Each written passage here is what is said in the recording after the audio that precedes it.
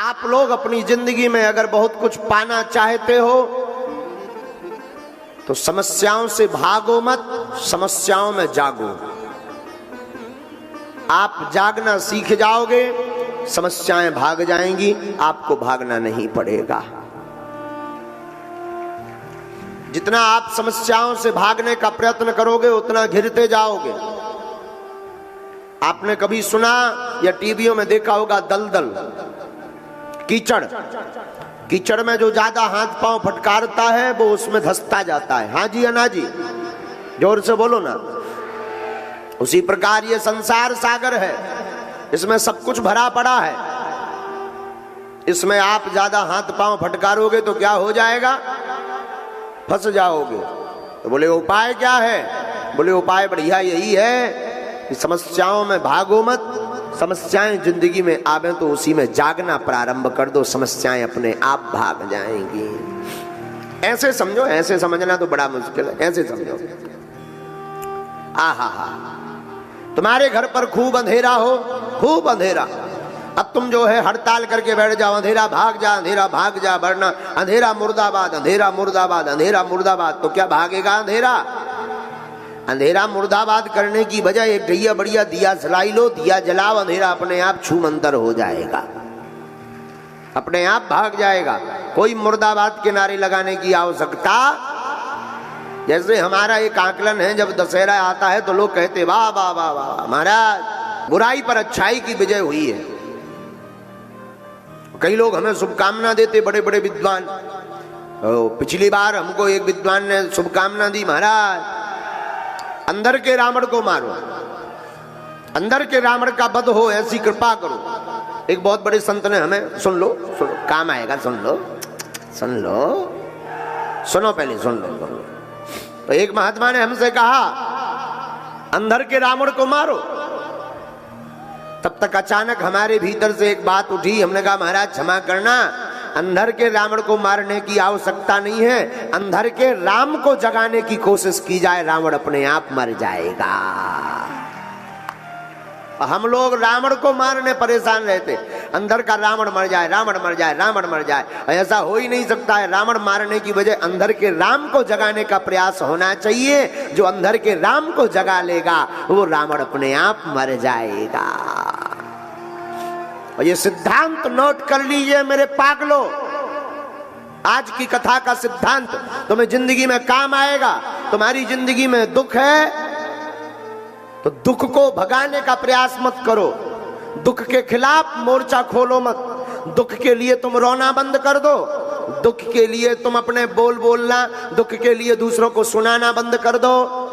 तुम एक काम और एक सूत्र आज की कथा से लेकर के जाओ, एक चर्चा हमारी कथा से लेकर के जाओ, जिंदगी भर तुम्हारे काम आएगी। मेरे पागलों, दुख के पीछे मत भागो, दुख को भगाने के पीछे मत भागो। दुख के लिए हड़ताल, बहुत बातें, बहुत विवाद, बहुत टोटका, बहुत उपाय मत करो। तुम्हें कुछ करना ही है तो सुख को पाने के उपाय खोजना प्रारंभ कर दो, दुख अपने आप भाग जाएगा। आप लोग एक गलती करते बहुत बड़ी, दुख आता है तो आप लोग दुख के पीछे पड़ जाते भगाने के लिए, बल्कि होना उल्टा चाहिए। आपको उससे ठीक डबल वाला सुख की जगह ढूंढ लेनी चाहिए। और हम लोग गलती करते हैं। इसको ऐसे समझिए, कोई सज्जन मोटरसाइकिल के बहुत आदी थे, उनको बाइक चलाना बहुत पसंद था। किसी ने कहा कि हम आपको कार गिफ्ट में दे रहे हैं, मुफ्त में दे रहे हैं, ड्राइवर भी है।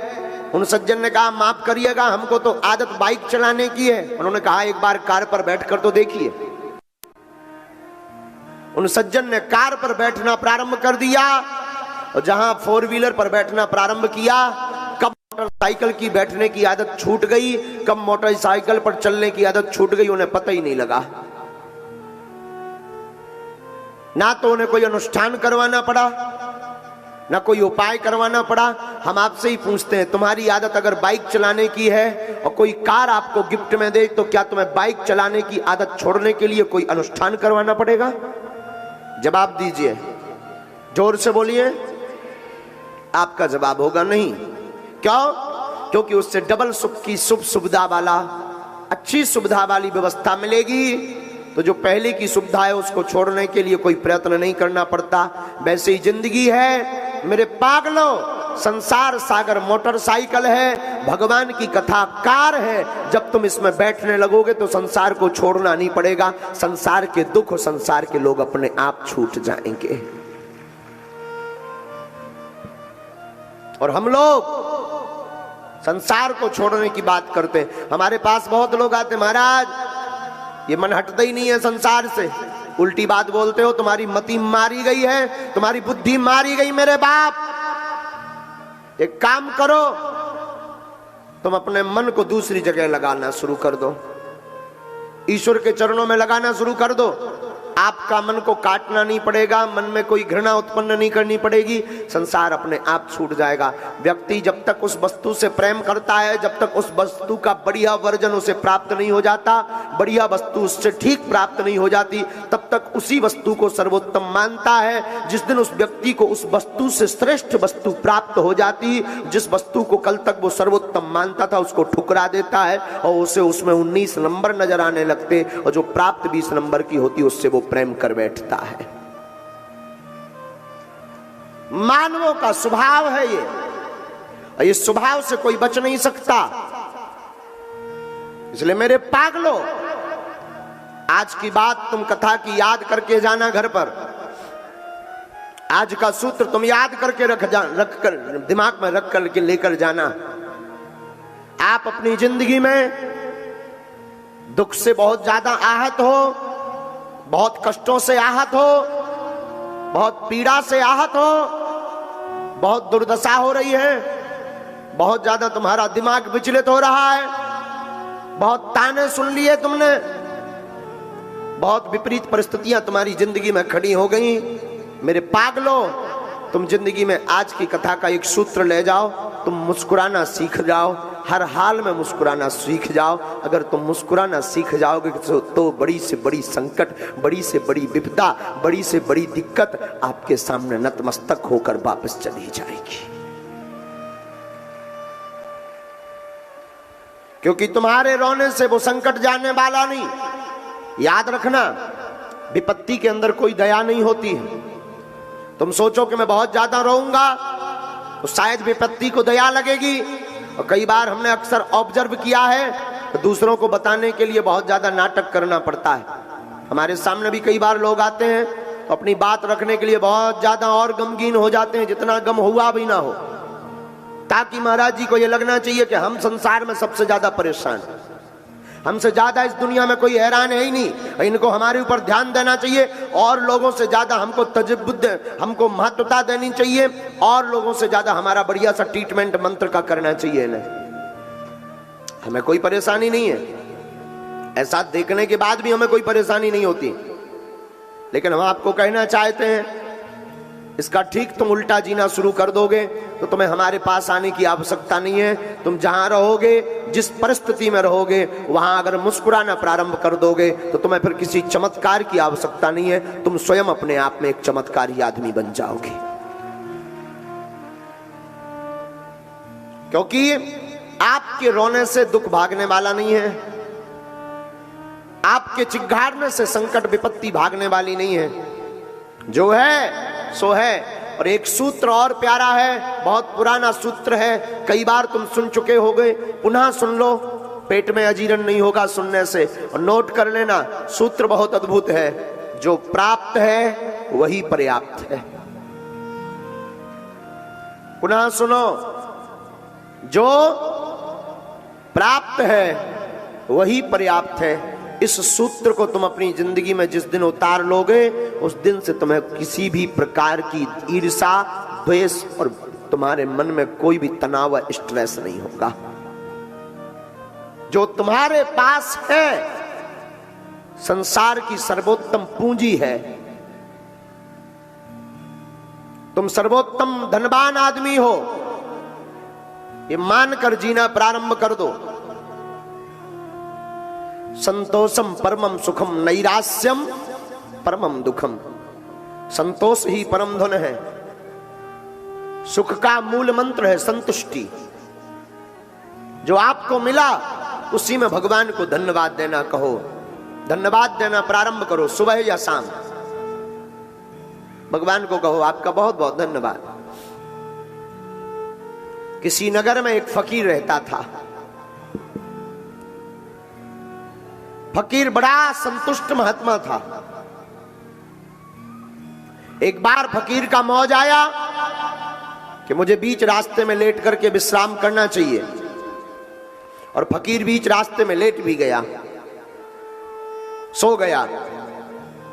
उसी वक्त वहां के राजा की सवारी वहां से निकली, जो शायद सम्राट के पद पर आसीन था।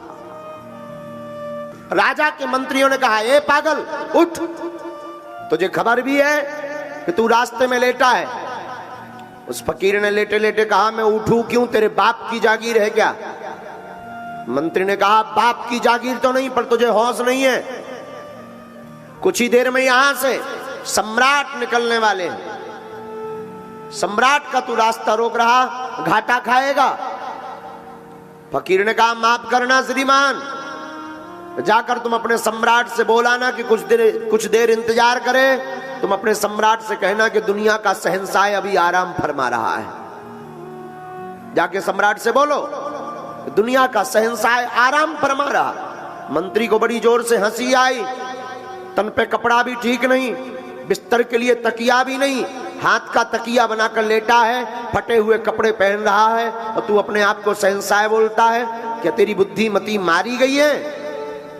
उस फकीर ने कहा, माफ करना, मेरे कपड़ों पर मत जाओ और मेरे तन की काया पर मत जाओ। तुम अपने राजा को बोलो कि अभी दुनिया का शहंशाह आराम फरमा रहा है और डिस्टर्ब ना करे। इतने में राजा ने शोर सुना तो राजा अपनी पालकी से उतर करके नीचे आया। मंत्री से कहता है, क्या हुआ?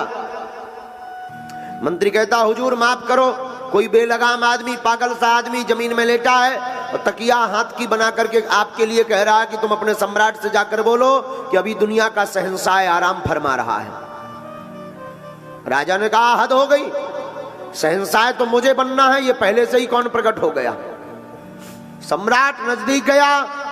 सम्राट ने परिचय पूछा, क्या नाम है तुम्हारा? फकीर ने कहा, तू अपना बता पहले। मुझे नहीं जानते, मैं सम्राट हूं। तो फकीर ने कहा, मैं शहंशाह हूं। तू कहां से शहंशाह हो गया? ना कोई सेना है, न तूने कहीं विजय प्राप्त की है। फकीर ने कहा, ये बातें छोड़ो, ये बताओ कहां जा रहे हो तुम? राजा ने कहा, मैं अमुक देश के ऊपर चढ़ाई करने, युद्ध करने जा रहा हूं। फकीर ने कहा, फिर क्या करोगे? बोले, फिर क्या करेंगे? उस युद्ध को जीतने के बाद, उस देश को जीतने के बाद मैं शहंशाह बनने वाला हूं, मैं शहंशाह बनूंगा। फकीर ने कहा, फिर क्या करोगे? बोले, अगर मैं शहंशाह बन गया तो फिर पूरी दुनिया पर राज करूंगा, मेरा सिक्का बोलेगा। फकीर ने कहा, फिर क्या करोगे? बोले, जब पूरी दुनिया पर मेरा सिक्का चलेगा तो मेरा हुक्म चलेगा। फकीर ने कहा, फिर क्या करोगे? बोले, फिर क्या, पूरी दुनिया को जीतने के बाद मैं बड़े आराम से सोऊंगा। महात्मा ने पकड़ा, एक जोर का चांटा झड़ दिया। तू दुनिया को जीतने के बाद आराम से सोएगा, मैं बिना दुनिया को जीते हुए आराम से सो रहा हूं। बता, तू शहंशाह है या मैं शहंशाह हूं? चाह गई चिंता गई, मन में बेपरवाह है, जिसके अंदर चाह नहीं वही शहंशाह है। सबसे बड़ी शहंशाहियत है कि आपके पास जो है उसी में भगवान को देना धन्यवाद शुरू कर दो, धन्यवाद प्रभु को देना शुरू कर दो। कई लोग यहाँ ऐसे बैठे हैं जिनकी अर्जी नहीं लग पाई, और बहुत से लोग यहाँ पर ऐसे भी बैठे हैं जिनके घर में बहुत कलेश होता है, बहुत उपद्रव होता है। वो कहते हैं, महाराज भजन तो करना चाहते, शहंशाही में जीना तो चाहते, पर कलेश हमें जीने नहीं देता है। ऐसे कौन कौन है? सुन लीजिए, आपके लिए एक उपाय बता देते हैं। उपाय बहुत पावरफुल है, बाद में भी कथा में सुन लेना, हो सके तो।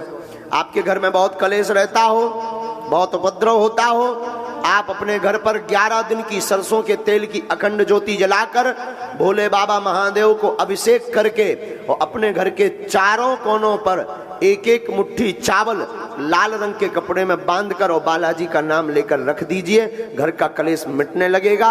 1.25 महीने बाद वो चारों पोटली बहते जल में प्रवाहित कर देना, सभी नकारात्मक ऊर्जा आपके घर की बाहर हो जाएगी। लेकिन ये टोटका या उपाय काम अपना करेगा, पर असली काम तुम्हारा मन करेगा। आज से ही तुम कथा से ही अपने मन में ये बात भर कर जाना कि अगर तुम्हें संकटों से मुक्ति पानी है तो संकटों का रोना गाना बंद कर दो, संकटों की बजाय सुख को खोजना प्रारंभ कर दो। चाहे वो कथा में सुख मिले या किसी संत की चरण में मिले या बागेश्वर धाम पर मिले या वृंदावन धाम पर मिले, सुख को खोजना प्रारंभ कर दो। जिंदगी में तुम्हें प्रत्येक संकट से लड़ने की कुंजी प्राप्त हो जाएगी, चाबी आपको प्राप्त हो जाएगी। इसलिए मेरे पागलों, आज की कथा प्रारंभ करने के पूर्व में आज का सूत्र है प्रसन्नता। क्या है?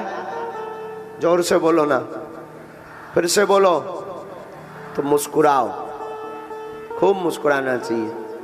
ऐसे कई लोग बैठे हैं जैसे घर पर खूब लठ पीट करके खा करके आए हैं। हंसना चाहिए जिंदगी में, जब भी जाओ भगवान के सामने जाओ तो ये रोने वाली आंसू तो मत लेकर जाओ। हाँ, भाव में है तो बात अलग है, और भाव नहीं है तो अब लुगाई का पेट दर्द कर रहा, सिर दर्द कर रहा, ये तो सुनाने ही मत जाओ। वो भगवान अंतर्यामी है, वो सब जानता है। उनके सामने जब भी जाओ या तो भाव के आंसू होना चाहिए या फिर चेहरे पर मुस्कुराहट होनी चाहिए। पर आप अपनी जिंदगी में स्वयं अनुभव करिएगा, खूब प्रसन्नता रहेगी। इसलिए खूब हंसो, जोर से ठहाका लगाकर हंसना चाहिए। प्रसन्नता ऐसा सूत्र है जिससे बड़े बड़े दुख। अच्छा, प्रसन्नता से हमें याद आया, किसी को बहुत गुस्सा हो, बहुत क्रोध आया हो एकदम तुम्हारे ऊपर, और तुम मुस्कुराओ, हाय माय डियर, उसको कैसा लगेगा? कैसा लगेगा? वो एकदम खा जाऊंगा, और तुम कहो सो स्वीट। फिर उसका क्या होगा? फिर उसका रिएक्शन क्या होगा? वो बाल नोचने, मैं छोड़ूंगा नहीं, और तुम कहो ओहो। तब वो क्या होगा? ना तुम्हें लड़ना पड़ेगा, ना तुम्हें चिल्लाना पड़ेगा, ना तुम्हें डांटना पड़ेगा। तुम ये चीज भर सीख लो, ओह माय डियर, इतने में ही आदमी सिर खपाड़ मार लेगा दीवार से। और अगर वो कट्टर थोड़ा सा बलवान है तो तुमसे भी मार सकता है। ये गारंटी नहीं है, ये जोखिम अपने हिसाब से लेना। यहां तो हम बचा रहे हैं, तुम्हें घर जाके भगवान, और घर भाई पे तो ट्राई मत करना प्लीज, लुगाई पे ट्राई मत करना। ये सूत्र जितने भी विवाहित पुरुष बैठे हैं, पूछो क्यों हमने ये सूत्र एक आदमी को दे दिया। एक आदमी आया, गुरुजी हमारी घरवाली बहुत खतरनाक है। हमने कहा चिंता मत करो, इधर आओ। हमने कहा तुम्हारी घरवाली कैसी खतरनाक है? बोला गुरुजी बहुत गुस्सा होती बात बात में। हमने उसको यही सूत्र दे दिया। हमने कहा जब भी गुस्सा हुआ करे तो कह दिया करो, वाह अर्धांगिनी जी, तो थोड़ा मुस्कुरा दिया करो। तो बोला फिर गुरुजी? हमने कहा फिर वो और चिड़चिड़ाएगी तो तुम कह देना ओहो हो। तो गुरुजी फिर क्या होगा? हमने कहा पता तो नहीं है, फिर और ज्यादा भड़बड़ाएगी तो तुम फिर कह देना वाह। 2 दिन बाद वो पट्टी बांध के आया, सिर पे भी बंधी थी, हाथ में भी बंधी थी। हमने कहा क्या हुआ? बोले आपके उपाय का चमत्कार है। हमने कहा ऐसा क्या हो गया हमारा उपाय? हमारे ये उपाय का चमत्कार क्या बता रहा है? उल्टी बात। बोला गुरुजी आपने कहा था ऐसा करना, तो घर जाते ही लड़ाई हो गई थी और हमने कह दिया। हमने कहा माहौल देख करके तुझे बोलना चाहिए ना। बोले खूब माहौल देखा है, वैसे ही वो 1.5 क्विंटल की है महाराज, एक बिल्ला और एक चिमटा का खेल है। हमने कहा तो तब से हमने फिर ध्यान कर लिया कि ये सूत्र बताना तो है, पर पुरुषों को एक साथ में वो देते ना नोटिफिकेशन भी देना है कि घरवाई पे ट्राई मत करना, कोई ठिकाना नहीं है। बोलो सीताराम। और तुमसे ज्यादा ताकतवर हो तब तो बिल्कुल मत करना।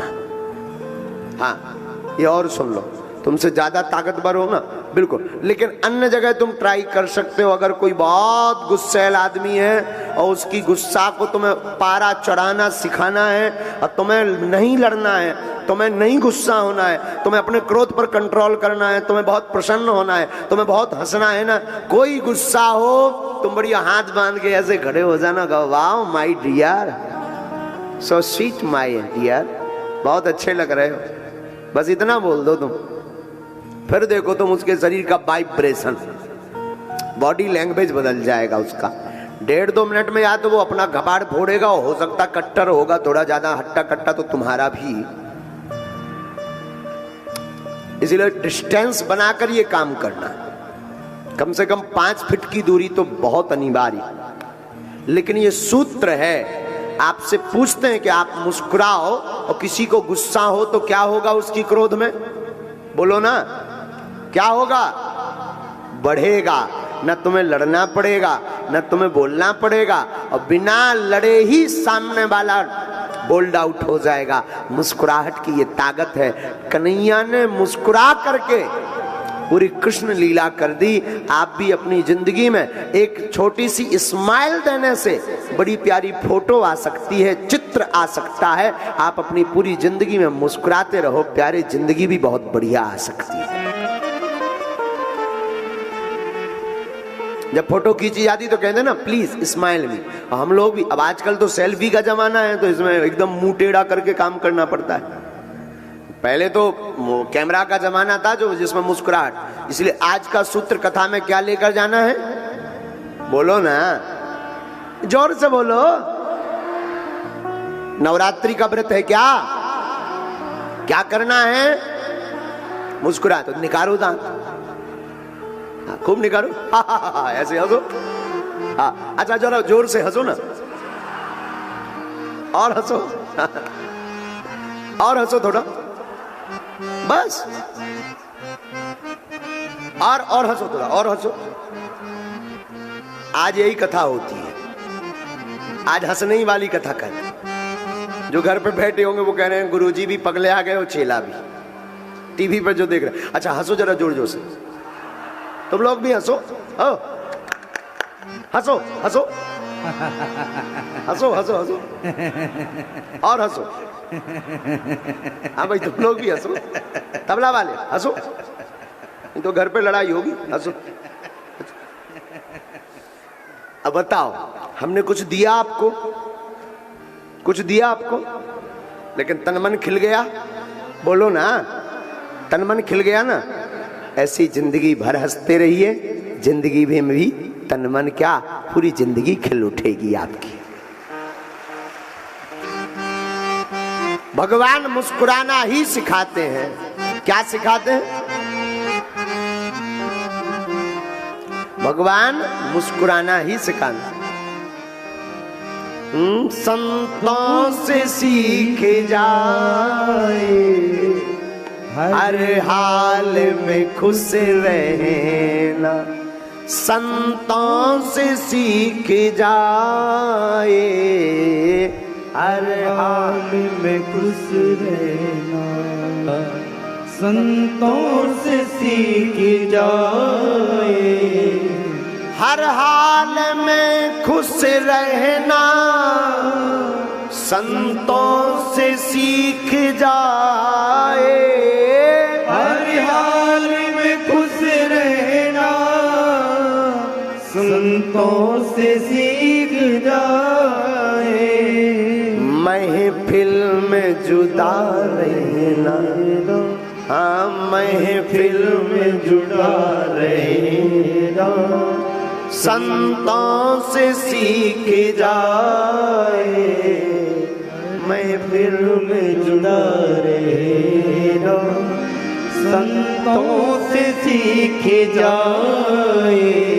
महात्मा गुरु संत प्रसन्नता सिखाते हैं। भगवान की कथा कृष्ण जी जिन भगवान श्रीमद् भागवत की पावन संहिता में हम आप विराजमान हैं, जिन योगेश्वर भगवान कृष्ण को हम आप श्रवण कर रहे हैं 7 दिन तक, उन भगवान का चरित्र पढ़िए। भगवान के अवतार से लेकर के पूरी लीला तक भगवान सिर्फ और सिर्फ मुस्कुराए हैं। मुस्कुराने के अलावा भगवान ने कुछ नहीं किया है अपने जीवन में। हाँ, भगवान मुस्कुराए। कभी आपको याद आए मेरे पागलों, आपको लगे, ये बात जरूर सुनिएगा, 2-2 बार सुनिएगा। भगवान ने जेल में अवतार लिया, गोकुल में गए, भगवान वहां मुस्कुराए। माखन चोरी की लीला की, भगवान मुस्कुराए। भगवान गोकुल छोड़कर वृंदावन आए, भगवान मुस्कुराए। भगवान ने वृंदावन में अघासुर, बकासुर, वत्सासुर, धेनुकासुर, इन राक्षसों का वध किया। भगवान क्या किए? मुस्कुराए। इंद्र नाराज हो गया, ब्रिज में कोप पड़ गया, भगवान तब भी मुस्कुराए। अपनी उंगली पर गोवर्धन पर्वत धारण किया 7 दिन तक, तब भी भगवान क्या किया? बोलो ना, मुस्कुराए। इसके बाद अक्रूर जी ठाकुर जी को लेने के लिए वृंदावन आए और पूरी गोपियां, ब्रजांगनाएं, गोप ग्वाल, जसोदा, यहां तक कि जो जसोदा मैया है, जसोदा मैया रोई, लेकिन ठाकुर जी क्या किए? बोलो ना, मुस्कुराए। राधा रानी, जिन्होंने कोई अंतर नहीं ठाकुर जी में और राधा रानी में, दोनों में अटूट प्रेम है। 100 वर्ष का वियोग ठाकुर जी का हुआ राधा रानी से। कितने साल का? बोलो ना, 100 साल का। तब भी ठाकुर जी मुस्कुराए। वृंदावन से मथुरा गए, तब भी ठाकुर जी क्या किए? मुस्कुराए। मथुरा जाकर भगवान ने धोबी मामा की सीताराम कर दी, स्वाहा कर दिया, जयकारा कर दिया, उनका वध कर दिया, तब भी ठाकुर जी मुस्कुराए। इसके बाद सुदामा नाम के माली के घर पर गए, तब भी ठाकुर जी मुस्कुराए। उसके बाद ठाकुर जी ने 3 जगह से टेढ़ी कुब्जा पर कृपा की, तब भी ठाकुर जी मुस्कुराए। कंस के रणभूमि में मुष्टिक, चाणूर, सल, तोसल भगवान को ललकारने के लिए आए। उनकी ललकार सुनकर के भी ठाकुर जी उन दोनों से युद्ध भी किया, उनको मारा, फिर भी ठाकुर जी कंस मामा जो सगे मामा जी लग में, उनका वध किया, फिर भी ठाकुर जी गुरुकुलम में पढ़ने गए। सुदामा मित्र मिला, तब भी ठाकुर जी मुस्कुराए।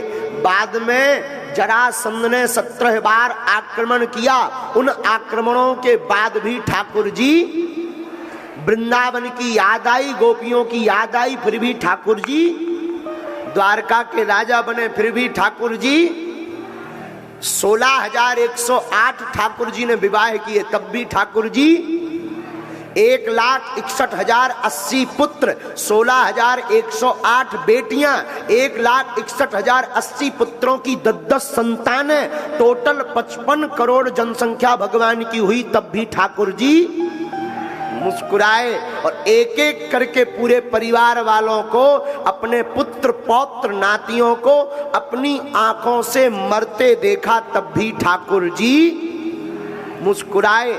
दाऊ भैया ने लीला पूर्ण की, तब भी ठाकुर जी मुस्कुराए।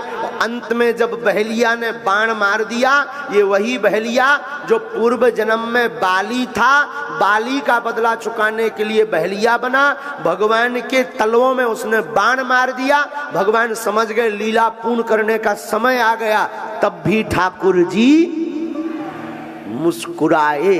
आपसे पूछते हैं, क्या इतनी विपरीत परिस्थितियों में कोई व्यक्ति मुस्कुरा सकता है? भगवान यही शिक्षा दे रहे हैं कि जिंदगी में जब तक जीना, मुस्कुरा कर जीना। मानो हमारे कन्हैया कहना चाहते हो, संकट, विपत्ति, दुख तुम्हारा बाल बांका नहीं कर सकती है। ये भगवान की मुस्कुराहट लीला है, इसलिए प्रसन्न रहो। कैसे रहो?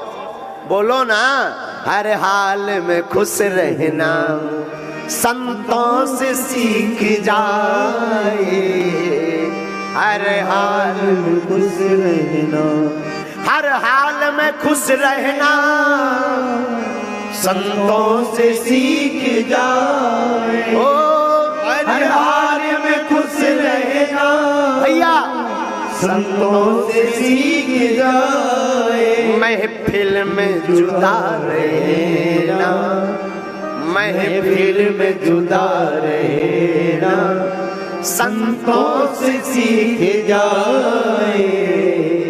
महफिल दिल में जुदा रहना संतों से सीख जाए। बाबा कहते सुख दुख में हंसना रोना है काम का ये रोका। सुख दुख में हंसना रोना है काम का ये रोना। संकट आवे और कोई रो पड़े वो आदमी कायर है मेरे पागल।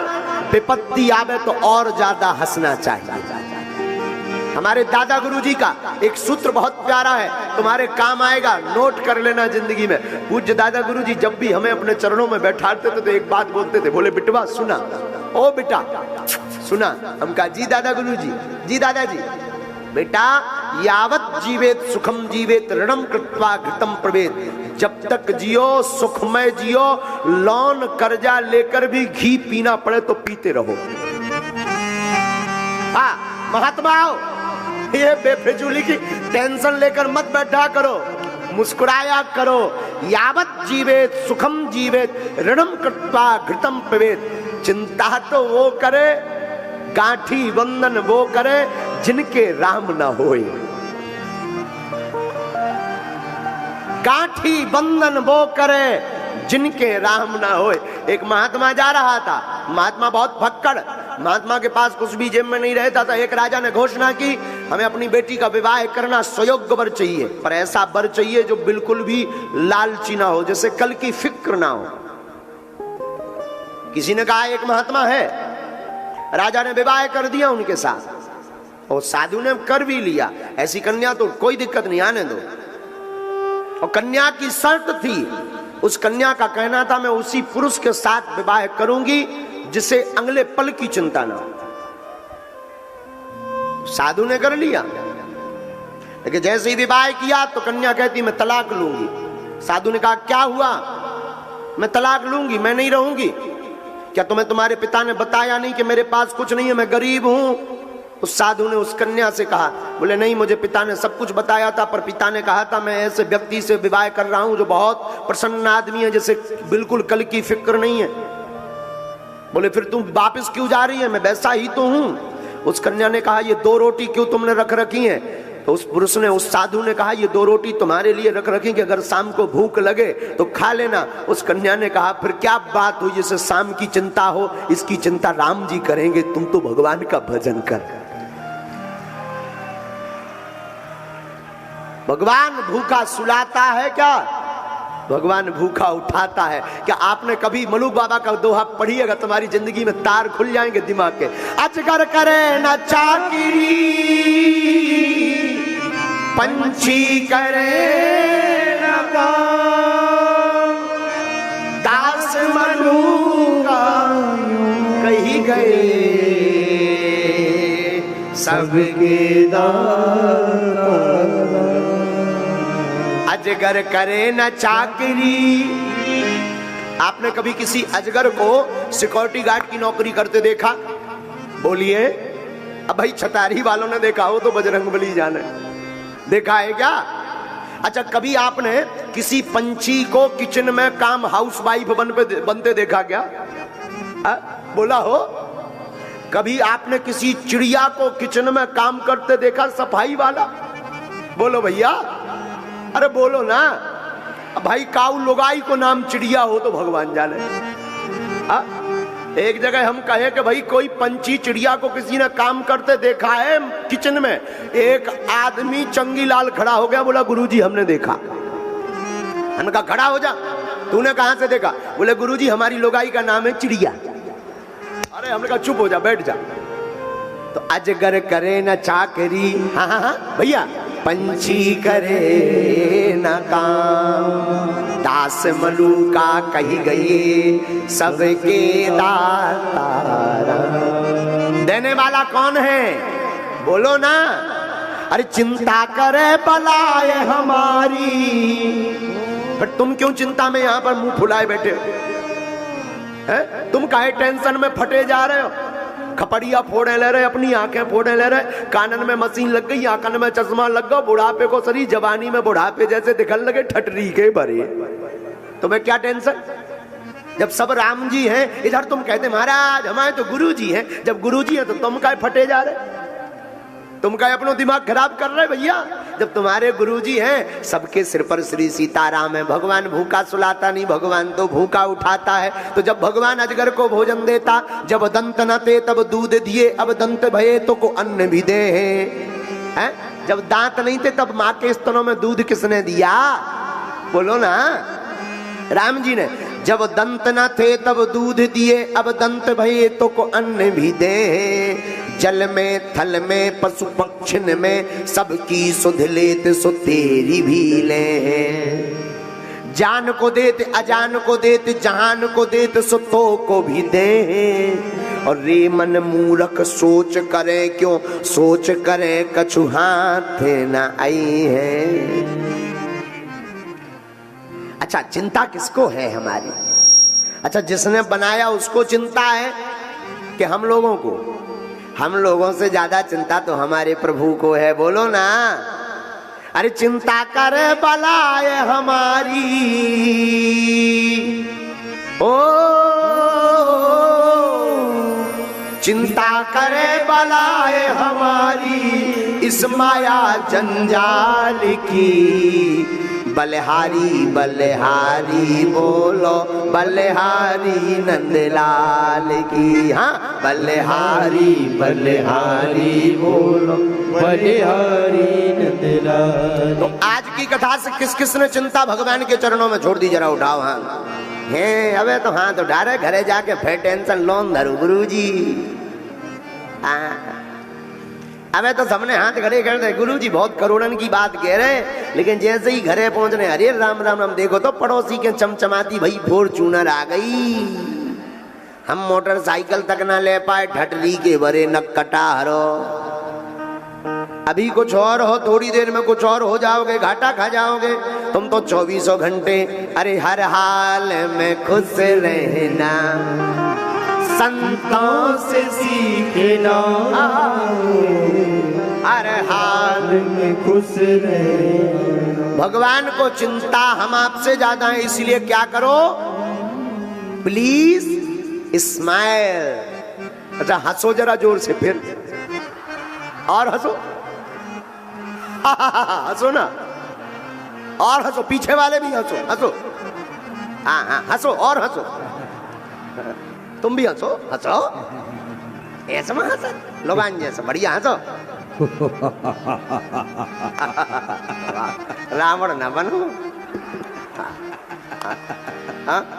हर हाल में खुश रहना, संतों से सीख जाओ। सुख दुख में हंसना रोना, है काम का ये रोका।